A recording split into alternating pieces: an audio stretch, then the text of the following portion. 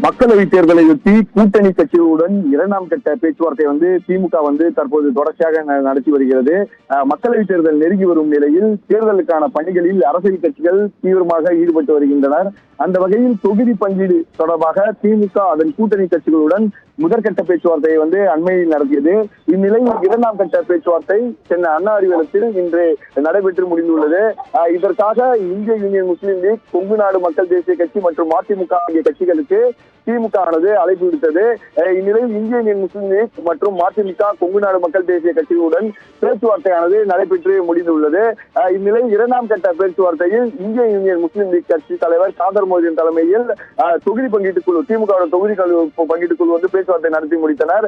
இந்த பேச்சுவார்த்தையில் இந்திய யூனியன் முஸ்லீம் லீக்கு ராமநாதபுரத்தை ஒதுக்கி அவர்கள் அறிவித்திருக்கிறார்கள், ஒதுக்கீடு தந்திருக்கிறார்கள். அதில் ஏற்கனவே இருந்த வேட்பாளர் நவாஸ் கனியை போட்டியிடுவார் என்று இந்திய யூனியன் முஸ்லீம் லீக் அறிவித்திருந்தது.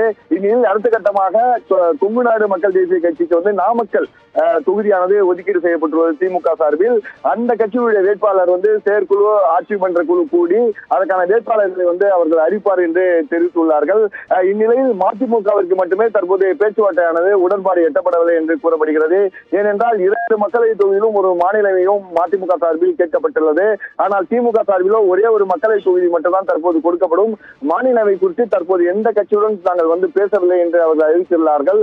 இந்நிலையில் நாங்கள் மேலிடத்தில் பேசி தங்களுடைய அறிவிப்பை வெளியிடுவோம் என்று கூறி மதிமுக சார்பில் செய்தியாளர் சந்தித்து அவர்கள் வெளியேறியுள்ளார்கள். இதில் 3ஆம் கட்ட பேச்சுவார்த்தை தொடரும் என்று அவர்கள் அறிவித்து சென்றுள்ளார்கள். இன்றைய நிலையில் இந்திய யூனியன் முஸ்லீம் லீக் மற்றும் கொங்கு நாடு மக்கள் தேசிய கட்சியின் தொகுதியானது ஒதுக்கீடு செய்யப்பட்டு தலா ஒரு தொகுதி அறிவிக்கப்பட்டு எந்தெந்த தொகுதியும் என்று குறிப்பிட்டு முதல்வர் அவர்கள் கையெழுத்திட்டுள்ளார்கள்.